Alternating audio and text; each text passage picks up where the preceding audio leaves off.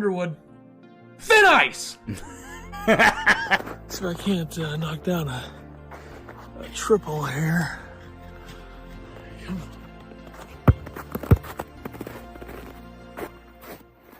Woo, okay. I didn't even miss a shot this entire time, so take that. This better be good for the team.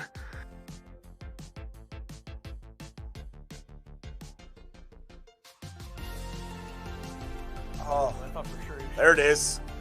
Boom! Yes!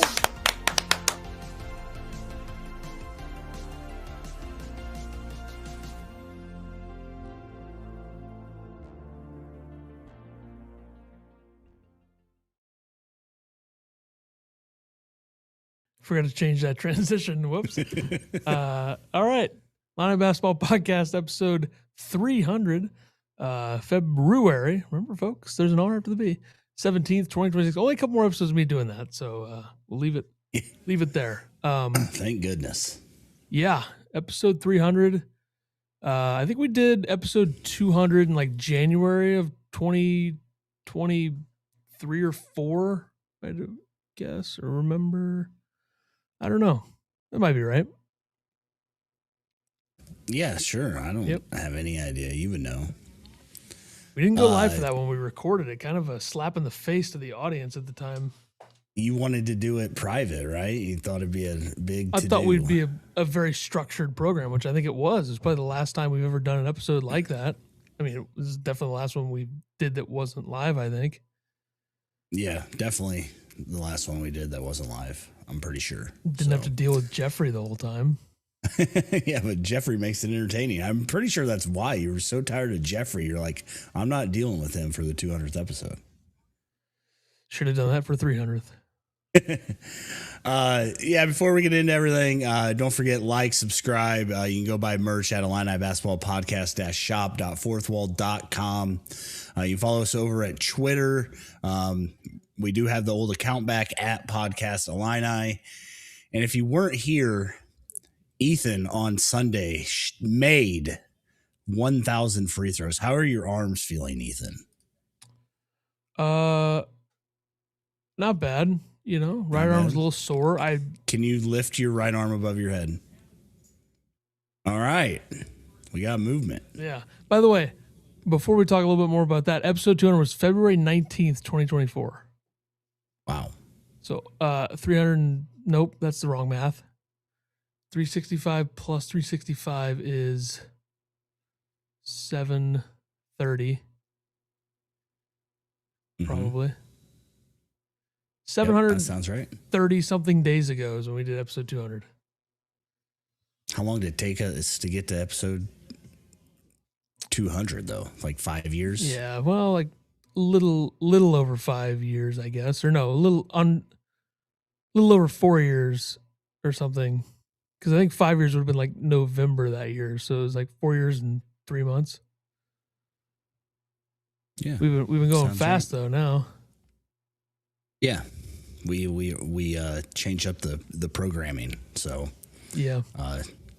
Frankie, what's going on? Warner, thanks for the happy 300. Appreciate you, and we all also appreciate you guys coming by the live stream, hanging out with us. All the super chats that you guys gave us really helps us out with everything. So thank you guys so much for coming by. What was your favorite part of the 1,000 free throws? Great question.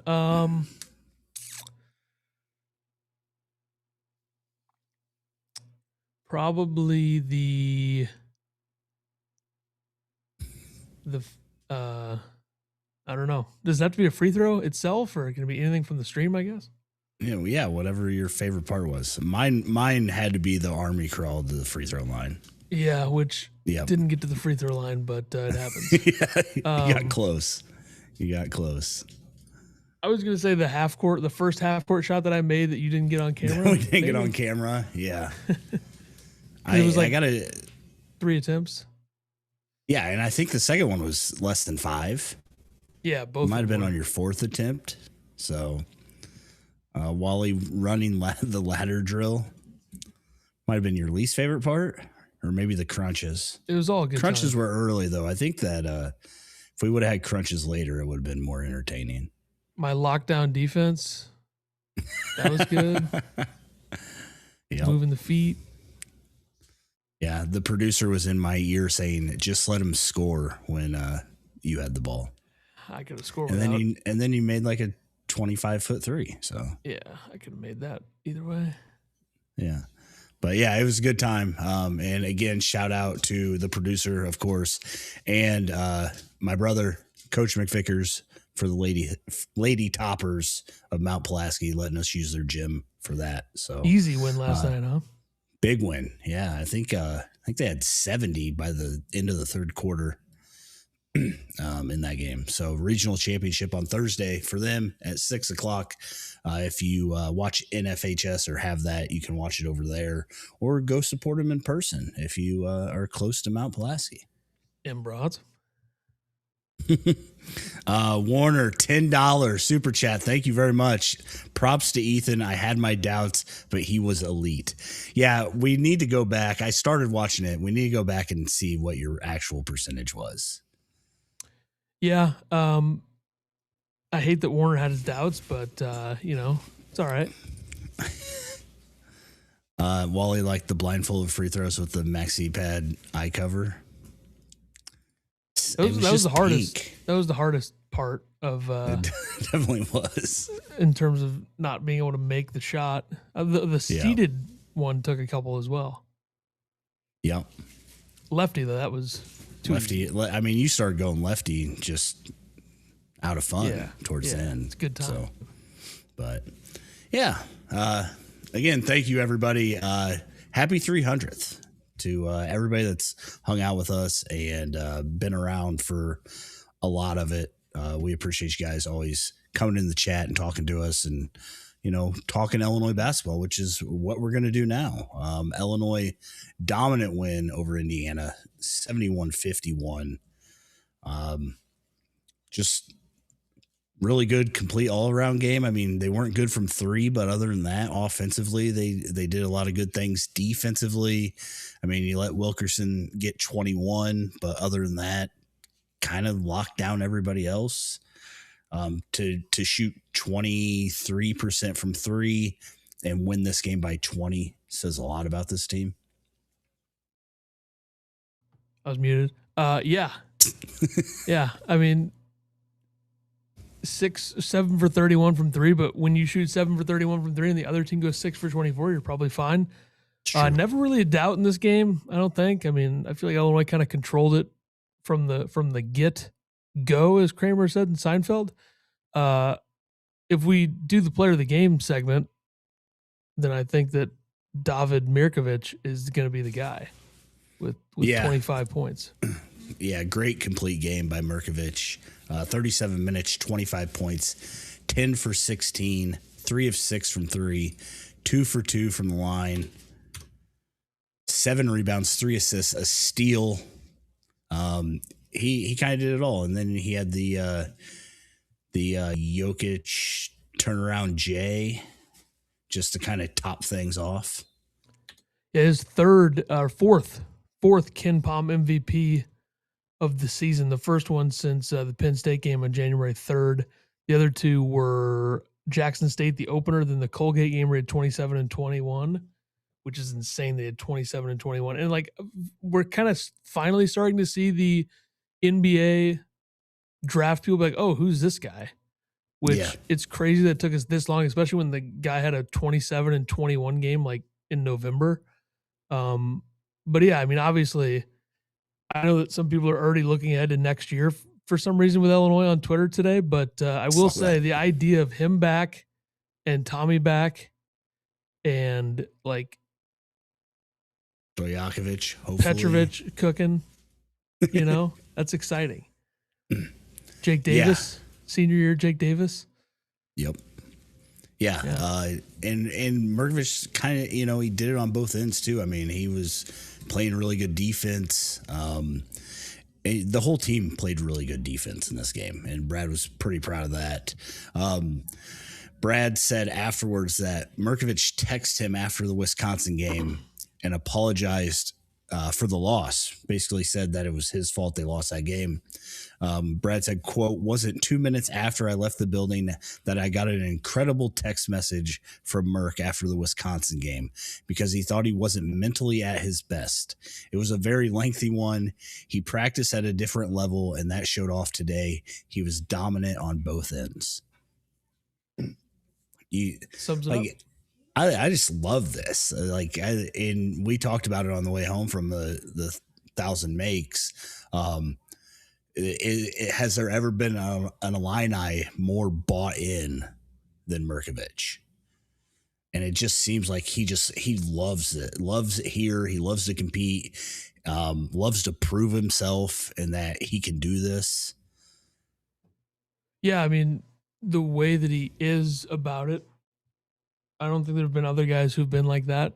Trent Frazier obviously is very loyal for how long he stayed at Illinois when they were really bad in the early years of his career. Obviously, Io sticking around, but like we haven't seen either one of those guys say that they were going to commit suicide or just blame themselves entirely for games. Right.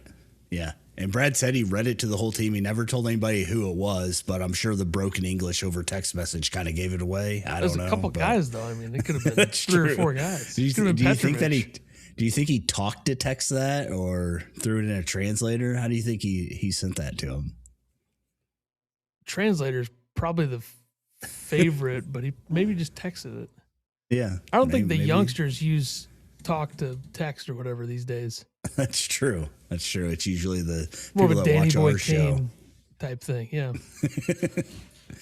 Yeah, definitely. But yeah, again, I'm Merkovich will be my next jersey I buy. I just need that orange script and I'm on it. So, other things about the game, people are saying the Orange Crush stepped up. Some were saying it's the loudest the State Farm Center has been all season. It seemed like the captains were trying. I don't know about everybody else, but there were beat writers on the sideline that said it was noticeably louder. So are you giving props to the Orange Crush yet, or do you think that?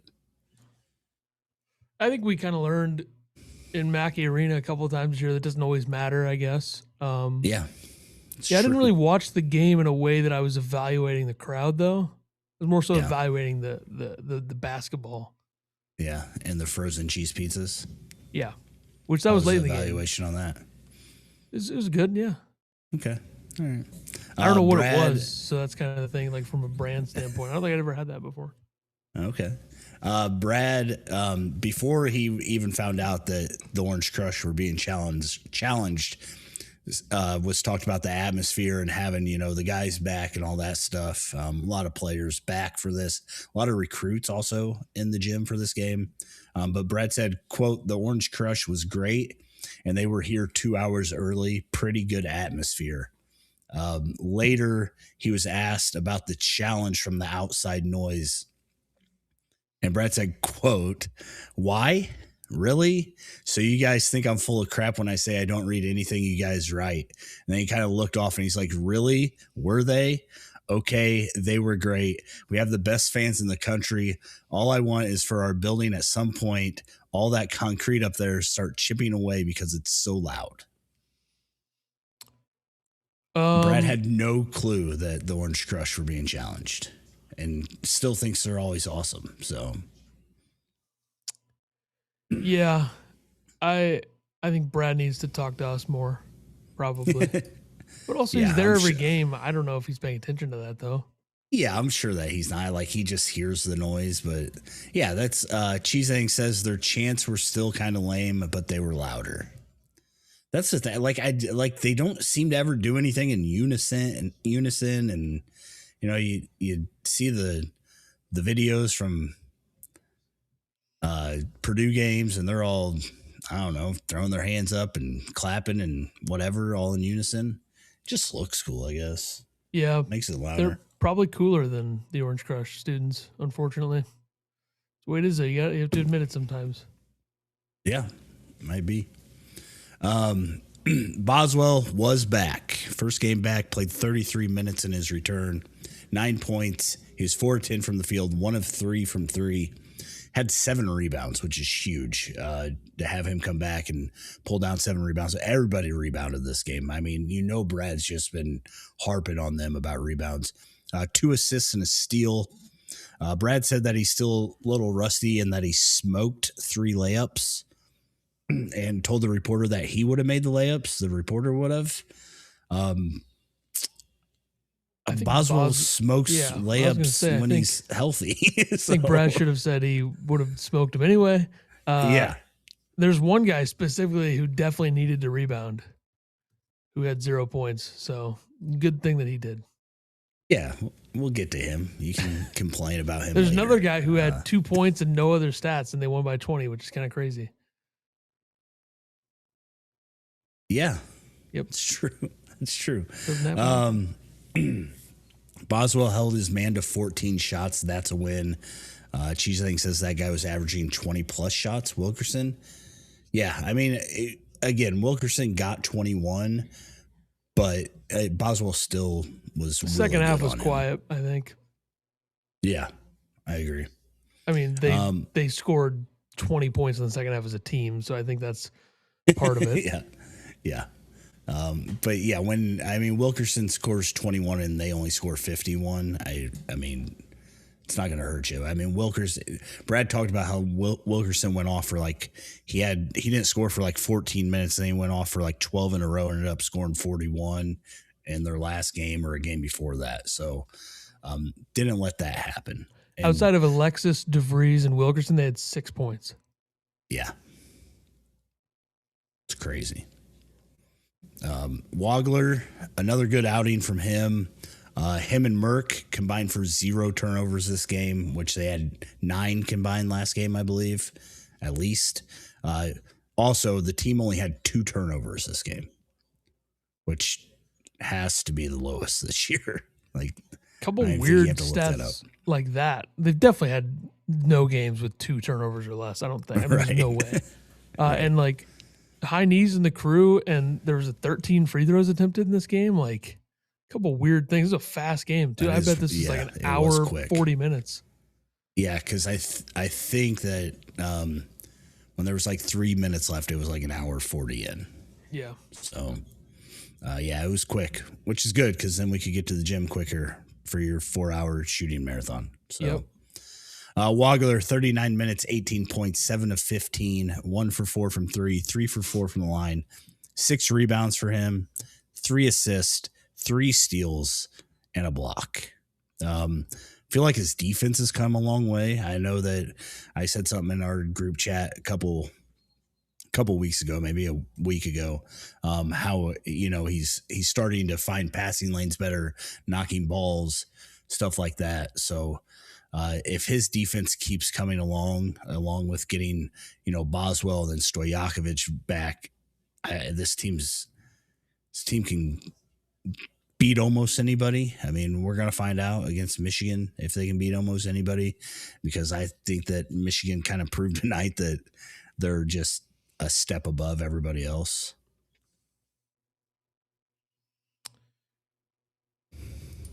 Yep. Yeah. Cool. There was a video going around on Twitter of him just getting smacked in the head. Brad said, quote, he got clubbed in the head and he doesn't get those calls, quote, because other people in the league throw their bodies into people and flop around and throw the ball up. Jeremy because Fears. He is playing. Yeah. I mean, just a crazy shot at Jeremy Fears, I assume. Because he is playing the game the right way. He doesn't get those calls. He's not trying to dupe anybody. He's not trying to act for anybody.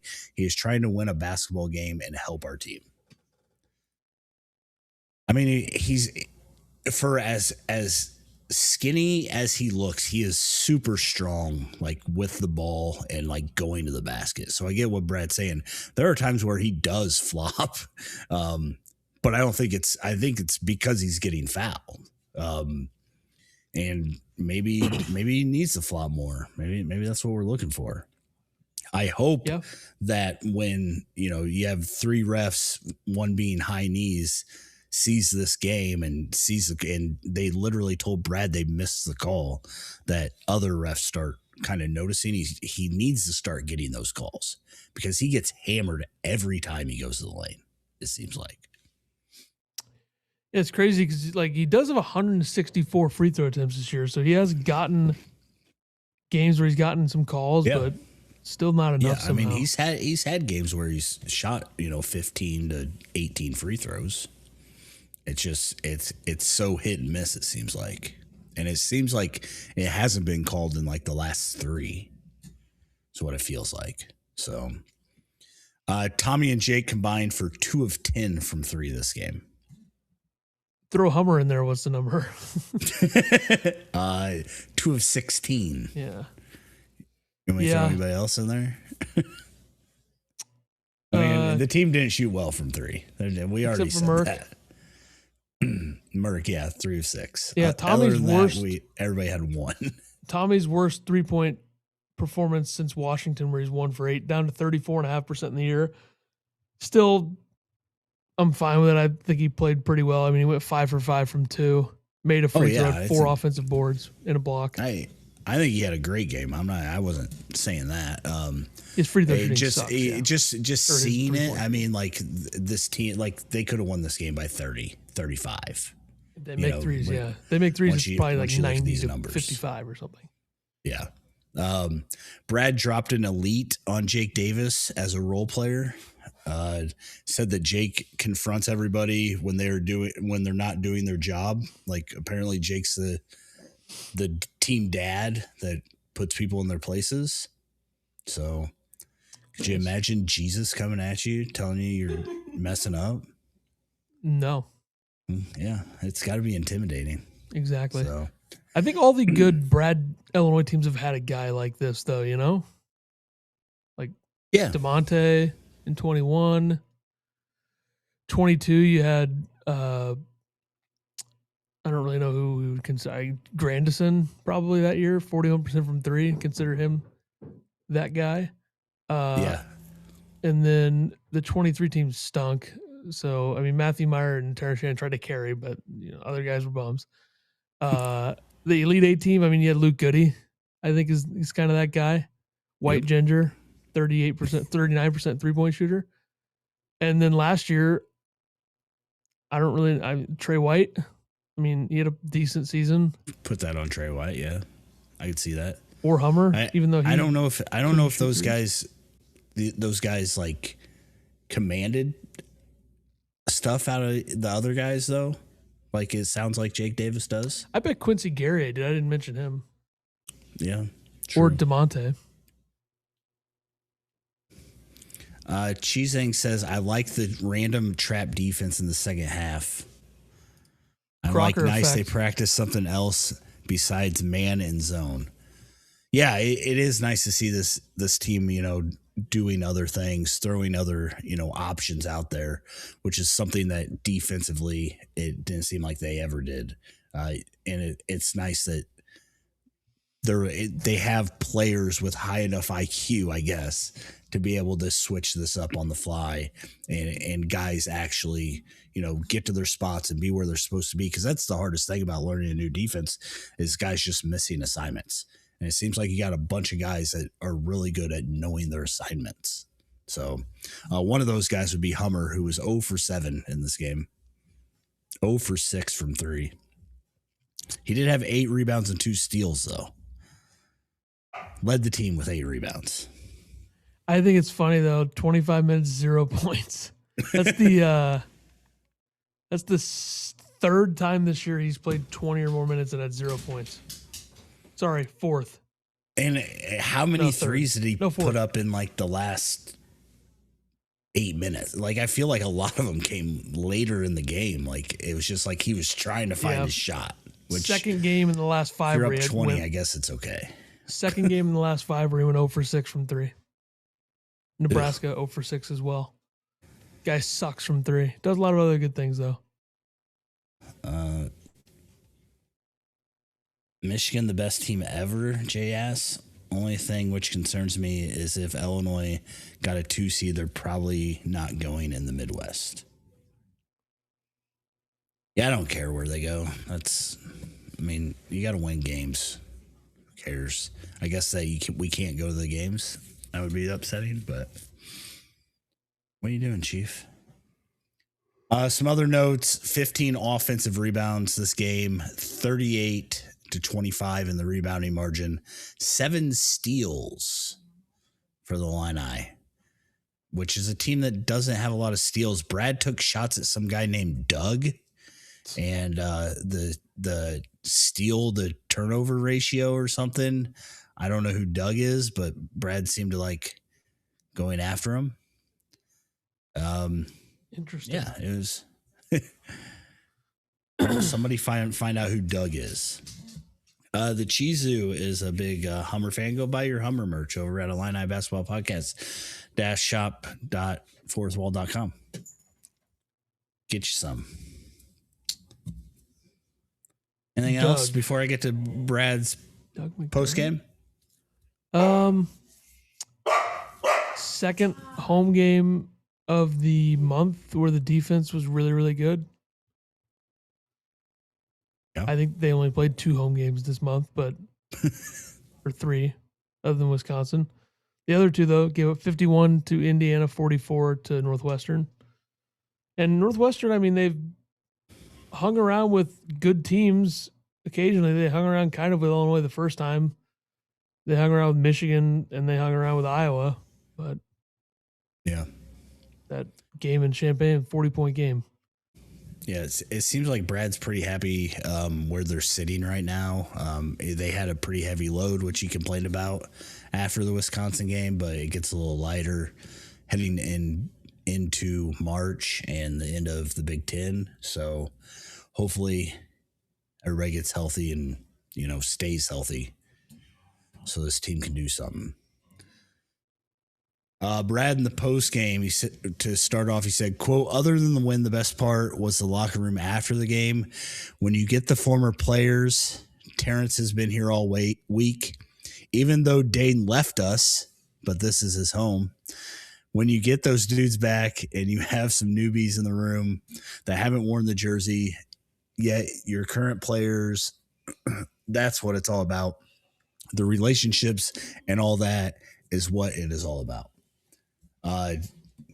Didn't mention KJ or Will Riley? He did not. I just thought it was funny that he said, like, even though Dane left us. Do you think he would say that about Luke Goody? I don't think so, because wasn't Luke Goody a grad student? Yeah. He left him, though, for a Big Ten rival. That's true.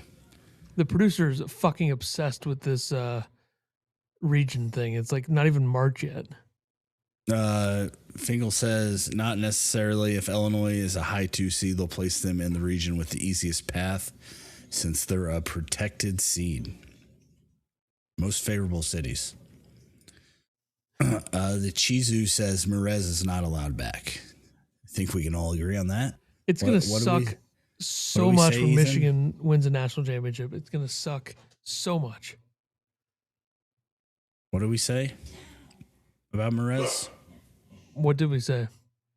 I don't know. You say it. I don't say it. I don't say it either. I said I wouldn't curse on episodes anymore, except for when I said the F word like a minute ago.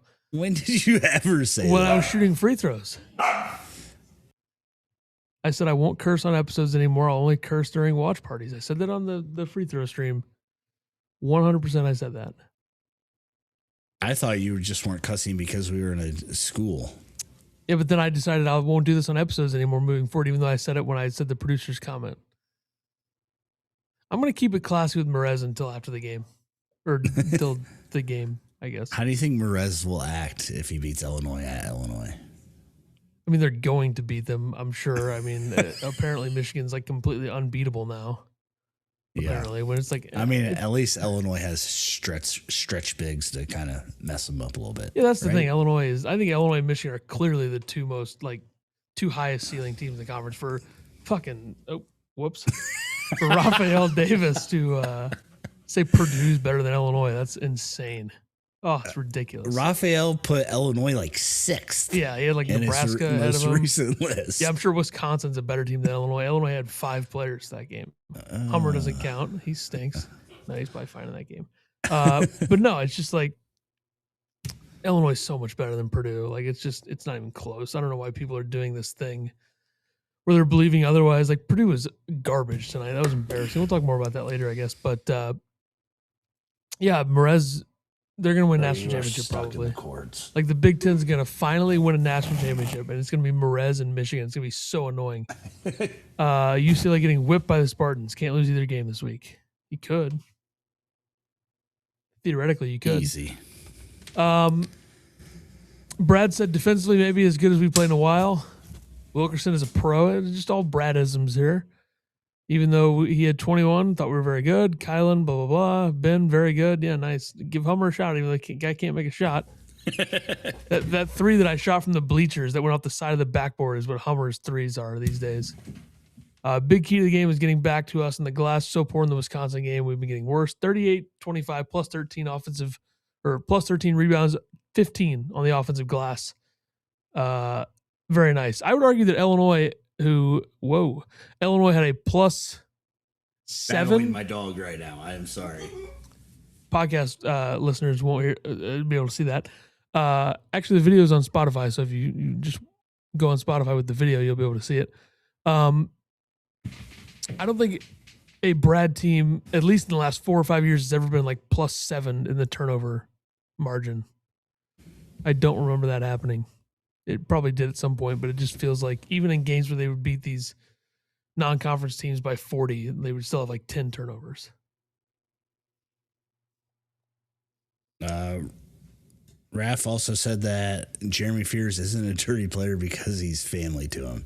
Yeah, I saw that he was defending the crap out of Jeremy Fears. So, Jeremy Fears made any dirty plays this game? Because they can't win unless... They're 8 for 14 from 3. I mean, if they do that, it's going to be hard to beat them, especially at Breslin. Yeah. Because they're not that good of a shooting team. Who's shooting them all? Jackson Kohler getting open? Probably Cohen Carr. Let's just see. Jordan Scott's 3 for 3. Jeremy Fears is 3 for 5 from 3. Carr's taken 2. Missed them both. But yeah, good win against Indiana. Not a rival because they suck anymore. Now we go West Coast. Yeah. Illinois at USC tomorrow night at 9:00 on Big Ten Network. Illinois is 12-3 in the Big Ten. USC is 7-7. Big Ten Network is where you can catch this one. See if Illinois can score over 100 like they did last time they played a late night West Coast game in conference play, which is Oregon last year. Put up 109. 109-77. What a game. What a game. Shot 55% from 3. Jake Davis 2 for 2 in that game. Will he do it again? Who knows? Find out tomorrow night. Stojakovic. What? He's going 5 for 5. I would say 6 for 6. Okay. Stojakovic traveled with the team. Brad said he may stay back the whole time they're gone, but he's traveling with the team. Not. And he's a game time decision. I'm going to say he doesn't play tomorrow, but he plays Saturday. Yeah, I don't think they're going to rush it, but who knows? I mean, maybe, I don't know. Maybe he plays like 15 minutes. Doesn't start. Maybe they run him out there if the team comes out dead. Who knows? Yeah. Illinois is number 5 on KenPom. They've moved up since this was written. Oh, jeez. Number 6 on Torvik. Number 4 in the net. Up to 27th in defensive efficiency on KenPom. They're also tied with UConn for the fewest number of Q1 wins in the top 10 of the net. They both have 6 Q1s. I think Illinois is 6-4 in quad 1 or something. 6 is the fewest? Yeah. All the other teams have like 8 or 9 in the top 10. USC is 49th on KenPom, 47th on Torvik and 48th in the net. So 47, 48, 49. They're 1-0 against the Illini while being in the Big Ten. They beat them last year in January when Kasper Siakachonis was out, and those guys that all transferred to Washington had like 30 points apiece or whatever. Yates and Claude. So it was tough game. USC's 4-2 after 3-5 start in the Big Ten. They lost to Ohio State 89-82. They had 33 free throw attempts in that game. 16 of them were from Elijah Arenas, Gilbert's son. He had 25, 4, and 3. He's like the least efficient player I've ever seen. Like, he's obviously a pro prospect. Like, he's got a lot of skill, but it's unbelievable how inefficient he is. He's at 40% from 2, 25% from 3-point range, 69% 3-point shoot or free throw shooter. Like, look out for him getting to the line. He's had 31 free throw attempts last 3 games. And he didn't play his first game until January 21st. I think was he in like a car accident or something? Something happened. You might want to look that up. I'm probably close though, if I'd guess. Sure, I'll look it up. This is their biggest opportunity. They're kind of, very fringe. Like, they could make the tournament if they have a little run here, but very fringe. Like, they're hardly top 50 in the net. This is their this is their biggest opportunity left for a big time win. I mean, they go to UCLA still, and Nebraska goes to USC, but Illinois, obviously the best team of who they play the remainder of the season. And they've had some issues. I mean, Rodney Rice hasn't played since November 25th. That was a guy who at Maryland last year was pretty good. It's out for the season. Yeah. Season ending surgery, I think. Elijah Arenas got in a serious car accident April 24th, 2025. He wrecked his Tesla Cybertruck when it struck a tree and a fire hydrant, leading to a fire. He was hospitalized and placed into a induced coma. Holy cow. Knew it was something. I was right. Did you know that Terrence Williams is at USC? The guy who played at Michigan for 4 years? Really? Did not know that. He was at USC last year too, apparently. I don't remember that. But he's been playing like no minutes. He's been playing like 5 to 10 minutes occasionally. So keep an eye on him, no doubt. Brad Underwood's 0-2 against Eric Musselman. How many 28-year-olds do they have on this team? They're old, yeah. But like they don't play. They do have Jerry Easter, who was like at one point a very high level thought of freshman in this class. I don't know if that's the case anymore. I mean, he shoots 16% from 3. They have some very inefficient players in this team. They're bad from 3, 32.5% from 3, 254th in the country, but they're 12th. Teams are shooting 29.6% from 3 against them. So keep an eye on that number. And then Chad Baker-Mazara is 26 years old, same age as me, by the way. Got hurt in the Indiana game on February 4th. Musselman said he was day-to-day on the 6th, and he missed games against Penn State and Ohio State. He'll probably be back for this game. I don't know what his season has been like, but he shoots at 37% from 3, and he shot 42 a couple years ago at Auburn. So keep an eye on that one. Yeah, it sounds like he's going to be back. It's in his 4th school in 5 years, by the way. He's averaging 18.3 a game. I'm 27 days older than him. Hasn't played since the Indiana game, so he missed Penn State and Ohio State games. I see they had 11 steals against Ohio State. They can guard a little bit. I mean, like I said, teams shoot under 30% from 3 against them.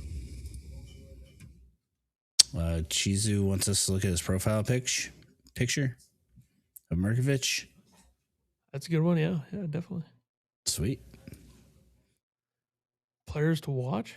Question mark. I'm getting there. Hold on. I had to be able to see the picture. Players to watch.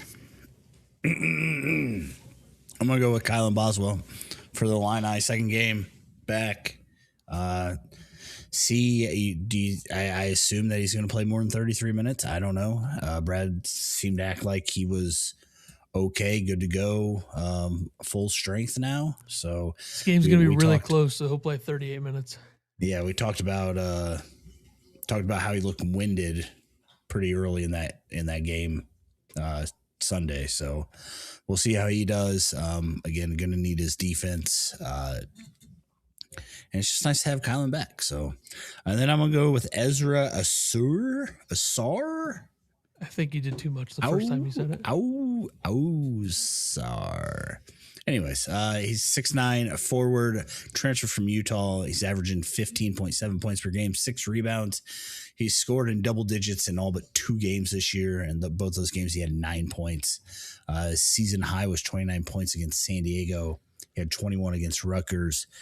I don't think he's taken a 3 at all this year, so looking for Illinois to extend him out of the paint. And I think the bigs can handle him. I think Illinois has enough size to shut him down. So, yeah, this over under 1.5 layups smoked by Boswell in this game. Over. I'd take the over 6 weeks ago. Yeah, I agree. I mean, I'm pretty sure he smokes 2 a game. Yeah. By the way, USC, and I'm okay with it. Very much a free throw reliant team. Number 1 in the country, free throw attempts per field goals made. They took 33 free throws against Ohio State. They took 18 against Penn State. They took 31 against Indiana. I mean, they get to the line. So we'll see how that contrasts. If Illinois is going to get fucked by the refs in this game. I've already said the F word twice. Might as well say it again. I'm going to go freshman on freshman here. Keaton Wagler, Elijah Arenas. I mean, Wagler is a guy who I think if you said which one of these two is going to be a lottery pick, if you said that like a year ago, Wagler would not have been the guy that people chose, but he's going to be the one that is a lottery pick. And we'll see what he looks like on the road. I mean, he's going on the road, West Coast. He's been really good in the road this year. A lot of his better games have been on the road. I mean, the outlier is Michigan State, obviously. But you just look at some of his numbers in the road. I mean, Nebraska, he had 28 points. He had, obviously 46 against Purdue. He had 22 in that first Northwestern game. He had 19 against Iowa. The Penn State game, he had 16.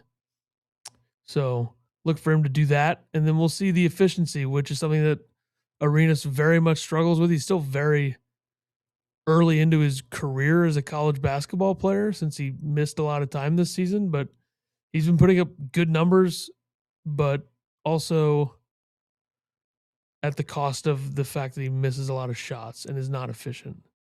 So I think if you look at like USC's like lineup, most frequent lineup, it's like something I think Illinois will match up very well against. They do have a 7'5" center who plays like has been playing 20-ish minutes a night for the last month.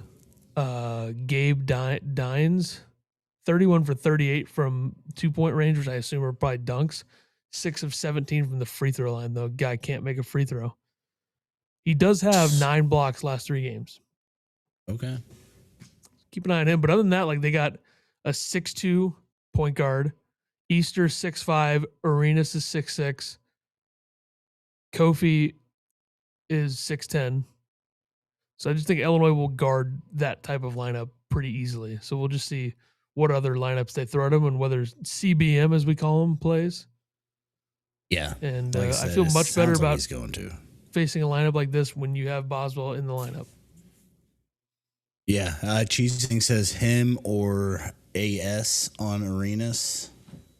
Or Boswell or AS on Arenas. I don't know if Stojakovic is playing, but I assume Boswell would draw this assignment regardless. Yeah, you probably see Wagler on Easter or Woods or whatever. Or Marsh. Or Marsh is a 5'11" guard. Yeah. Wyatt, what's going on? Thanks for stopping by. 300, let's go. My dog's very excited that we're on episode 300. So... predictions. I'm going to go Illinois wins this one 84-73. I'm going to go 77-68. I think Musselman's going to throw some different looks at him defensively. I think if that's one thing you look at with USC in this game is like, obviously Illinois is much better than them, and that was the case last year. But Illinois last year against USC, I know it was a completely different roster for the most part. Illinois scored 72 points and was pretty uncompetitive in that game, which 72 is fine, but it just felt like so much worse than that. But I just think that this Illinois team is better and they'll win the game. But I don't think they'll score as much as we would all like them to. Vegas. Illinois KenPom has Illinois winning 81-73. Vegas opened at -10.5. It's down to 8.5. That's weird. It's down to 8.5. People betting on USC, man. For what reason? They stink. Over under is 153.5. Hammer the under, folks. Hammer the under. Unless the refs take over. Like, this is a game where Illinois doesn't foul. USC relies a lot on getting to the free throw line. Illinois should kill them. Like, that's how this should be. But it won't be that way because there's no basketball god who make things right. And if they did make it right, Illinois would have won a national championship in 2005. They would have gotten to the Final Four in 2021. I mean, it's all bullshit. But we're all here to have fun. All right, let's go around the NCAA. At least you're not cussing anymore. Once you start, you can't stop. Texas Tech beat Arizona on the road. So 2 losses for Arizona last week. Iowa State beats Kansas, beats Houston. A couple big back-to-back wins for them. They already have that win at Mackey, which I know that winning at Mackey this season's a little bit worse than normal season, but still, you know. They already have that win as well. UConn beat Georgetown. I mean, I hate Georgetown so much. Big Ten tonight, Michigan, Purdue. Pretty big blowout from the start. Michigan just running them out of the building. And it's just like, if Purdue's going to be smoking shots in the paint all the time, like, it's just not going to work out. And also, just like, Michigan's so much better than them. I mean, I'm shocked that game ended up being 9 points and then Michigan scored late. Yeah, that's because that's just how things go in that place. Yeah, Michigan moved up 1 or 2 spots despite getting beat 74-56 in the AP poll. Shows how good the AP poll is. And you just kind of glossed over the Iowa State, but I don't know if anybody was watching the game, but this was egregious. The guy with the pom-pom. I don't know what we're doing at Iowa State that we have the worst camera angle in the world, that some guy's pom-pom can get in my way, but don't ever let it happen again. Absolutely. Go ahead. Michigan 15-1 in the Big Ten now. It's pretty good. Michigan State is 55-34. Michigan State. Michigan State's up big on UCLA. Wisconsin 43-28. Wisconsin's down 15.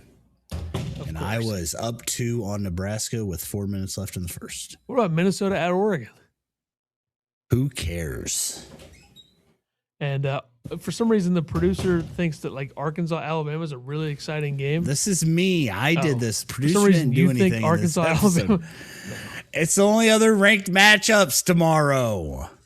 I was hoping the producer did it so I could go after him, but no. I mean that's exciting because of the guards for sure.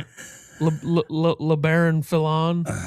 You type 3 little things on this, and then you get mad at everybody else. Acuff, is that his name? The guard from Arkansas. Exciting guard matchup there, no doubt. And BYU Arizona. I mean, BYU needs one, and Arizona's lost 2 in a row.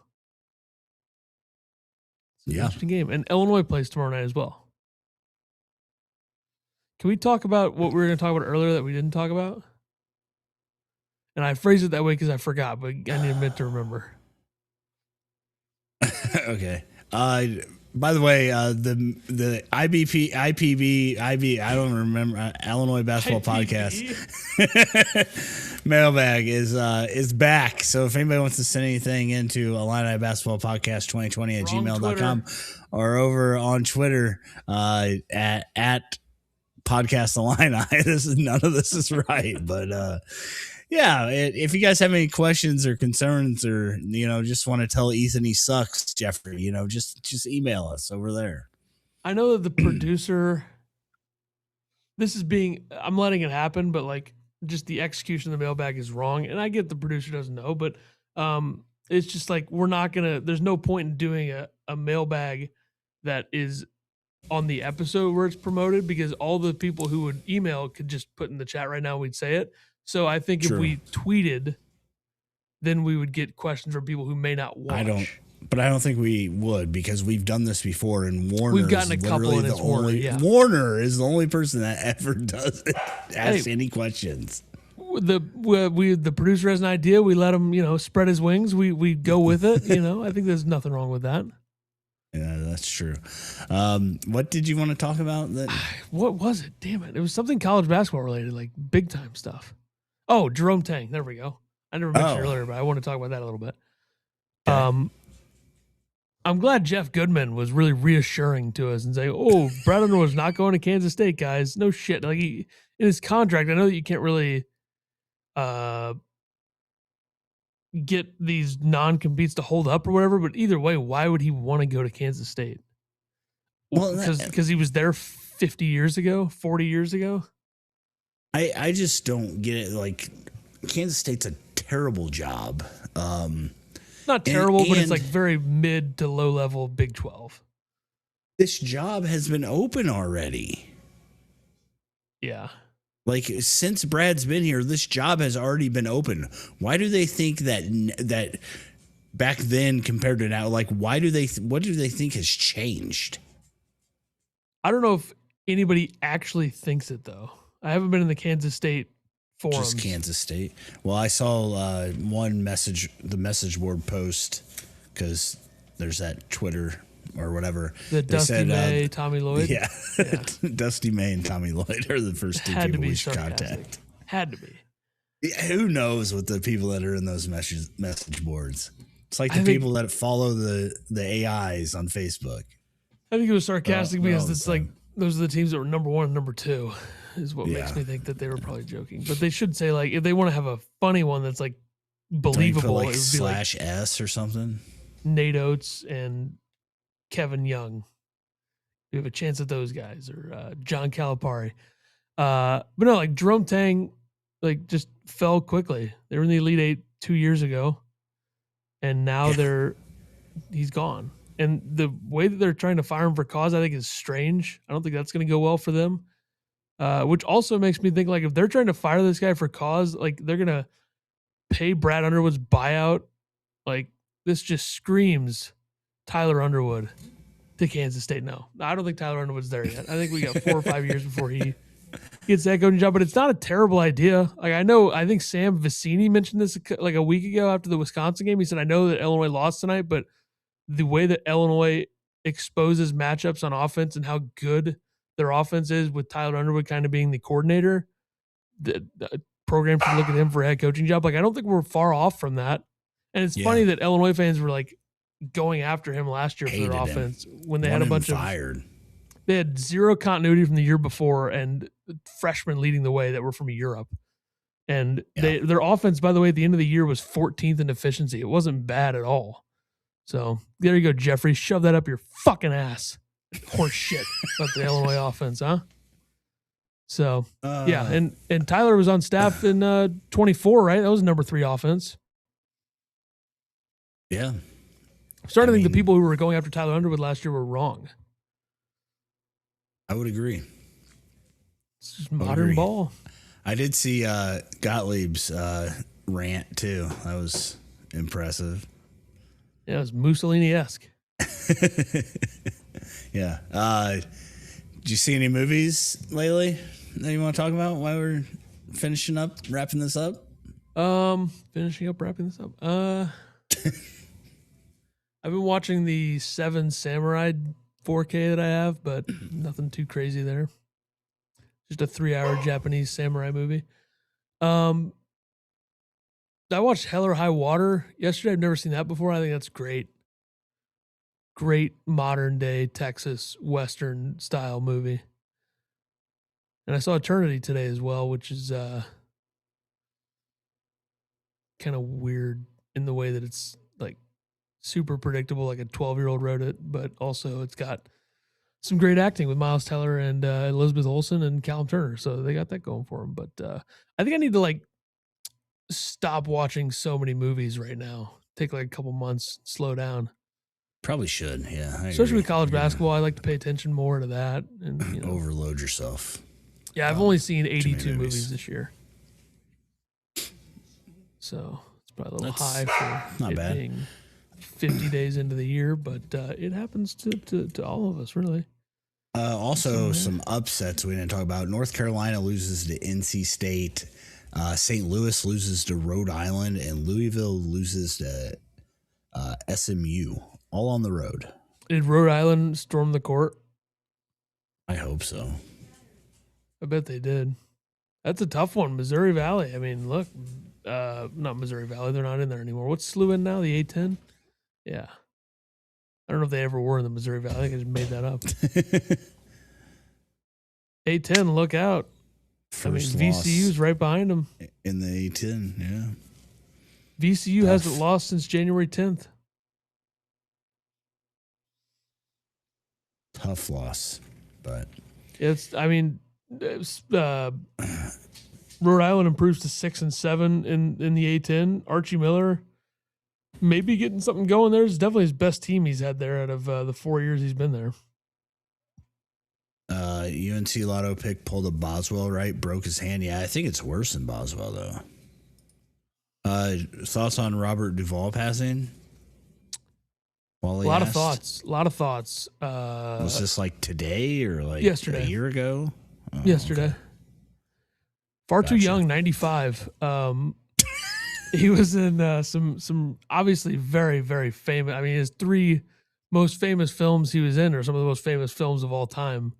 Obviously Godfather, Godfather 2, and Apocalypse Now. And he was also in The Conversation, which is a great Gene Hackman movie.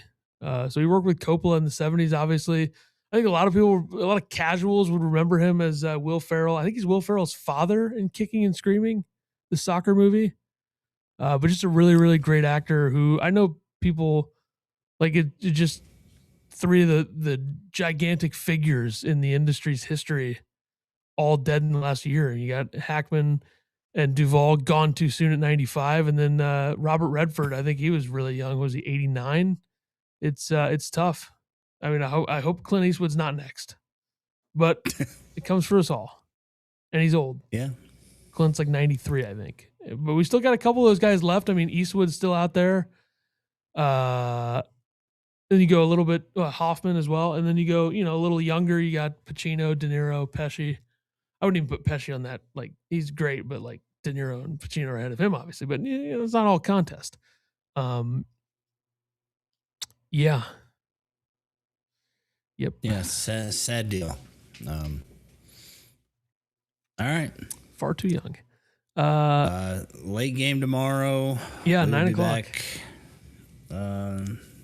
Sometime. Might not be back ever. I don't know. Yeah, it might just end it at episode 300. This was the series finale, guys. I think Thursday night is the best time for me. Probably at this time as well. I should be fine for Thursday. Because I might go see Crime 101. You just said you weren't going to watch any more movies. Well, I have to see some stuff. You got to see stuff in theaters occasionally when you can. Crime 101, I'll go see that Thursday afternoon, and then I'll be ready that night. All right. We'll see you guys Thursday. Then I'll go see a movie Friday night as well. All right. Thanks for hanging out with us. Episode 300. Woo. Can you do something? Yeah, you got to take the Robert Duvall off the screen first. Let's see. He's not on there. What do you mean? It's on the screen on my end. Well, your end's broke. Or, I don't know. My Wi-Fi says it's bad for some reason. Hold on. I don't know how to do this. Producer, we need him back. I know how to do it. I got it.